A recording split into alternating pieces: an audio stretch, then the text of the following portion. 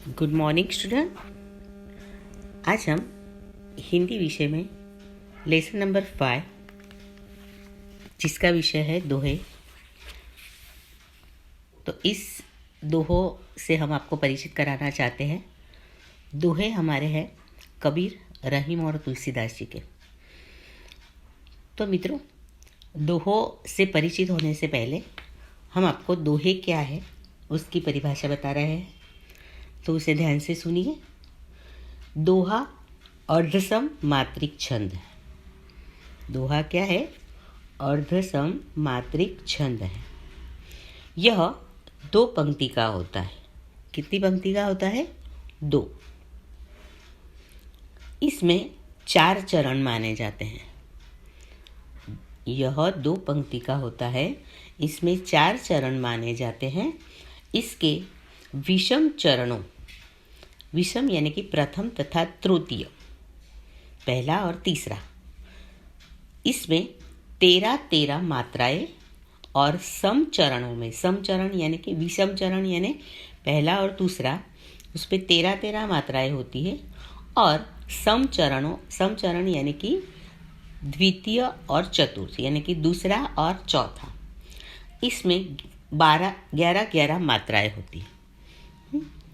तो समझ में आया कि 4 चरण होते हैं। इसमें विषम चरण यानी कि पहला और तीसरा जो है उसमें 13 मात्राएं होती है, और सम चरण यानी दूसरा और चौथा चरण है उसमें 11 मात्राएं होती, यानी कि कुल मिलाकर पहली और दूसरी पंक्ति में 24 यानी कि 24 मात्राएं होती हैं। सम चरणों के अंत में एक गुरु और एक लघु मात्रा का होना आवश्यक है। सम चरणों के अंत में एक गुरु और एक लघु मात्रा का होना आवश्यक होता है, अर्थात अंत में लघु होता है। और अंत में क्या होता है? लघु होता है। जैसे आपको एक उदाहरण दे रही हूँ कि पोथी पढ़ी पढ़ी जग मुआ। पोथी पढ़ी पढ़ी जग मुआ, ये पहला विषम चरण है। फिर पंडित भया न कोई, ये दूसरा चरण है। फिर 2.5 अक्षर प्रेम का, पढ़े सो पंडित होय। 2.5 अक्षर प्रेम का, यह तीसरा चरण है। और पढ़े सो पंडित हो, ये चौथा चरण। तो मैंने आपको क्या बताया कि विषम चरण, विषम यानी कि पहला, और तीसरा यानी कि पोथी पढ़ी पढ़ी जग मुआ, ये पहला चरण हुआ। तीसरा चरण हुआ 2.5 अक्षर प्रेम का, मुआ का। फिर पंडित भया न कोई, पढ़े सो पंडित हो, पंडित भया न कोई, ये दूसरा चरण है। और पढ़े सो पंडित हो, ये चौथा चरण है। बराबर। तो इस प्रकार 2 पंक्ति में ये छंद के आधार पर दोहे होते हैं। समझ में आया आपको? तो देखिए, आज हम कबीरदास, तुलसीदास और रहीम, इनकी दोहे की और आपको ले चलते हैं। तो देखिए, प्रस्तुत दोहों में कबीर, रहीम, तुलसी ने बहुत सारी जीवन पोथियाँ बातें बताई है। प्रस्तुत दोहों में दान प्रियता, संतोष, समानता, अच्छी संगति की महत्ता, विनम्रता, परिश्रम, प्रेम आदि जीवन मूल्यों का निर्देशित किया गया है। तो आपको पहले हम संत कबीर के विषय से पहले परिचित कराते हैं कि संत कबीर कौन थे। 15वीं शताब्दी के कवि हैं। आपने हिंदू और मुसलमानों को उनकी गलतियों के लिए फटकारा है और दोनों को हिल मिलकर रहने का उपदेश दिया है। उसके बाद रहीम है। रहीम का पूरा नाम है अब्दुल रहीम खान खाना। आप बड़े उदार और अनुभवी थे। हिंदी में आपने बोध प्रेम प्रद दोहे लिखे हैं। समझ में आया? संत कबीर जो है वह 15वीं शताब्दी के कवि है। उन्होंने हिंदू और मुसलमानों को उनकी गलतियों के लिए फटकारा है और दोनों को हिल मिलकर रहने का उपदेश दिया है। रहीम का पूरा नाम है अब्दुल रहीम खान खाना। वह बड़े उदार और अनुभवी थे और उन्होंने हिंदी में अपने बोधप्रद दोहे लिखे हैं। उसके बाद संत तुलसीदास, इन्हें तो आप जानते ही हैं। ये रामचरितमानस इन्होंने एक प्रसिद्ध ग्रंथ लिखा है। ये राम भक्त कवि है और वह 16वीं शताब्दी के प्रसिद्ध कवि माने जाते हैं। ठीक है, तो आइए हम पहले कबीर के दोहों की ओर चलते हैं। तो देखिए कबीर के दोहे हैं। पहला दोहा, साई इतना दीजिए जामे कुटुम समाए, मैं भी भूखा ना रहूं साधु न भूखा जाए। साई इतना दीजिए जामे कुटुम समाए, मैं भी भूखा ना रहूं साधु न भूखा जाए। साई यानी ईश्वर। भगवान से कबीर क्या कहते हैं कि हे ईश्वर मुझे इतना दे। जामे यानी जिससे, कुटुंब यानी मेरा परिवार, समा यानी कि समा जाए। मुझे इतना ही चाहिए कि जिससे मेरे कुटुंब का भरण पोषण, यानी कि वह मैं भी भूखा ना रहूं साधु न भूखा जाए, है ना। तो कबीर क्या कहते हैं कि हे ईश्वर तुम मुझे इतना ही दो जिससे मैं अपने कुटुंब का यानी कि अपने परिवार का गुजारा कर सकूं। मैं खुद भूखा ना रहूं, मेरा परिवार भी भूखा ना रहे और मेरे द्वार पर आया हुआ कोई साधु जो है वह भी भूखा न जाए। तो विद्यार्थी मित्रों, यहाँ पर मैंने आपको बताया था कि दूसरे और चौथे चरण में गुरु और इसकी मात्रा आती, देखो सम है, जामे कुटुंब समाय और साधु न भूखा जाए, है ना। समाय और जाए, वैसे ही दूसरे में भी पछताए और हंसाए। तो ये लघु गुरु की मात्रा है, यानी कि सम पंक्तियाँ इसे कही जाती है। तो आपको पहला समझ में आया, हे ईश्वर आप मुझे इतना ही दीजिए जिससे मैं अपने कुटुंब का गुजारा कर सकूं और जिसके कारण मैं भी भूखा ना रहूं और मेरे द्वार पर आया हुआ कोई भी साधु या कोई भी गरीब भूखा न जाए, है ना। इतना ही मुझे चाहिए। फिर क्या कहते, देखो, बिना विचारे जो करे सो पाछो पछताए। बिना विचारे जो करे सो पाछो पछताए, काम बिगाड़े आपनो जग में होत हंसाए। देखो यहाँ बिना विचारे यानी कि बिना सोचे समझे हम जो काम करते हैं जिससे क्या होता है, हमें पछतावा होता है ना। पीछे से पछतावा होता है, यानी हम जो भी काम करेंगे वो सोच विचार कर करेंगे।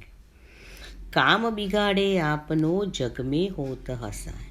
बड़ी बड़ी बातें करने वाले, मैं ये करूँगा वो करूँगा, है ना, इतना बड़ा बिजनेस चलाऊँगा, पर बिना सोचे, तुम्हारे पास पैसा नहीं है और तुम बड़ी बड़ी बातें कर रहे हो, तो बड़ा बिजनेस तो लगा दिया पर अब आपको क्या हुआ, पछतावा हुआ है। जैसे कि कई लोग ऐसे होते हैं कि मैंने एक बहुत बड़ी सी दुकान खरीद ली है, इस दुकान में मैं अच्छे से क्या करूँगा, प्रोविज़न स्टोर है या मेडिकल स्टोर है, जो भी है, तो इसका वो बिज़नेस कर रहा है, पर वो चला ही नहीं और उसको बाद में पछतावा हो गया, जिससे क्या हुआ, काम तो बिगड़ गया और जग यानी दुनिया में लोग क्या करने लगे, उसे हंसने लगे। इसलिए हम जो भी काम करेंगे, कई बच्चे ऐसे होते हैं कि एक दूसरे का देखकर पढ़ाई में भले ही कमज़ोर है, या फिर उन्हें ऐसा लगता है कि मेरे मित्र ने तो साइंस लाइन ली है, मैं भी क्यों ना लूँ, पर वो बिना सोचे समझे कि हम पहले ये जाने कि हमारे में कितनी काबिलियत है आगे बढ़ने की। हम क्या इस लाइन को पकड़ेंगे, यानी कि साइंस को पकड़ेंगे, तो क्या हम अच्छी तरह से आगे बढ़ जाएंगे? यदि हमारे में इतनी मेहनत, इतना परिश्रम करने की यदि ताकत है कि नहीं, मैंने ये जो लिया है तो इससे मैं पूरा करके ही रहूँगा, पर बाद में एक दूसरे का देखकर हम आगे बढ़ते हैं और फिर बाद में पछतावा होता है, काम भी बिगड़ जाता है, साल बिगड़ जाता है और लोग हंसी मजाक करते हैं। इसलिए विद्यार्थी मित्रों, बिना विचारे जो करे सो पाछो पछताए, काम बिगाड़े आपनो जग में होता। बिना सोचे समझे हमें कभी भी कोई काम करना चाहिए नहीं जिससे हमें पीछे से पछतावा। हमारा काम भी बिगड़ जाता है और दुनिया में हम हंसी के पात्र भी बन जाते हैं। उसके बाद तीसरा है, कबीरा खड़ा बाजार में मांगे सबकी खैर, ना काहू से दोस्ती ना काहू से बैर। कबीर जी क्या कहते हैं, देखिए। कबीर कहते हैं कि बाजार में खड़े होकर, यानी कि भगवान से हमारे लिए खैरियत मांगते हैं कि हम मांगे सबकी खैर। खैर यानी सबकी, सब अच्छी तरीके से रहे, है ना, सही सलामत रहे। ना काहू से दोस्ती, काहू यानी ना किसी से दोस्ती, ना काहू यानी ना किसी से बैर, बैर यानी दुश्मनी। कबीर जी कहते हैं बाजार में खड़े होकर कि मैं, हे ईश्वर, सब खैरियत रहे, हंसी खुशी से रहे, ऐसी दुआएं मैं तुम भगवान से मांगता हूँ। मैं सिर्फ ये मानता हूँ, मैं इसलिए सबके लिए ये सब खैरियत रहे, इसलिए मैं नहीं मांग रहा हूँ कि मेरा कोई दोस्त है ना मेरा कोई दुश्मन, है ना। ना मैं किसी से ना दोस्ती करता हूँ और ना किसी से दुश्मनी करता हूँ। मैं तो सिर्फ भगवान से यही मांगता हूँ कि हे ईश्वर, सबको खैरियत रखे, यानी कि सब सुख शांति से रहे, यही मेरी इच्छा है ना। मैं ना किसी से दुश्मनी करना चाहता हूँ, और यानी कि न मेरा कोई दुश्मन है और न मेरा कोई दोस्त है, पर फिर भी मैं सबके लिए खैरियत चाहता हूँ, सब सलामत रहे, एक दूसरे से हिल मिल कर रहे, यही मेरी इच्छा है। तो विद्यार्थी मित्रों, आपको कबीर के ये 3 दोहे समझ में आ गए। देखिए, फिर कबीर का और एक दोहा है, जाति न पूछो साधु की, जाति न पूछो साधु की, पूछ लीजिए ज्ञान। जाति न पूछो साधु की, पूछ लीजिए ज्ञान। मोल करो तलवार का, पढ़ा रहने दो म्यार। क्या कहते हैं कबीर जी कि साधु की जाति पाति नहीं पूछनी चाहिए, पर उसके पास कितना ज्ञान है वो जान लेना है। साधु की जाति पाति नहीं जाननी है, पर उसके पास कितना ज्ञान है वो पूछ लेना है ना। जैसे हम मोल यानी कीमत, तलवार की हम कीमत करते हैं। मोल करो तलवार का, पढ़ा रहने दो म्यार। म्यार यानी तलवार म्यार के अंदर रहती है ना, तो सिर्फ तलवार को उसके म्यार के अंदर ही रहने दो, है ना, कि भाई वो जब कब काम आती है उसकी कीमत बहुत है, तलवार की कीमत बहुत है, पर पढ़ा रहने दो म्यार, पर उसको कहाँ पड़ी रहने दो, हाँ, म्यार के अंदर ही रहने दो। क्यों? क्योंकि तलवार दुश्मनी भी कराती है, काम भी हमारे खैरियत के लिए वो काम भी आती है, पर उसकी कीमत भले ही जितनी हो, पर उसको बाहर म्यार के अंदर से बाहर मत निकालो। तो समझ में आया कि साधु की जाति पाति नहीं पूछनी है, पर उसमें कितना ज्ञान है वो हमें जानना है। इसके लिए उन्होंने तलवार का उदाहरण दिया है कि तलवार हमारे लिए बहुत काम की है, पर उसको म्यार के अंदर ही रहने देना चाहिए। ओके, तो विद्यार्थी मित्रों, हम इसके बाद वाले अंश में आपको रहीम और तुलसीदास जी के दोहों से परिचित कराएंगे। हाँ, तो बच्चों, आपको ये सारे दोहे आपकी कॉपी में लिखने हैं, कबीर जी के, रहीम जी के और तुलसीदास जी। ये आपकी कॉपी में ज़रूर लिख लेना। इसके बाद वाले अंश में हम आपको इसके आगे के दोहे विस्तार से समझाएंगे। आपको ये 3 दोहे समझ में आए? नहीं आए हैं तो इसके बाद वाले अंश में हम आपको फिर से एक डिस्कशन कर लेंगे। ओके।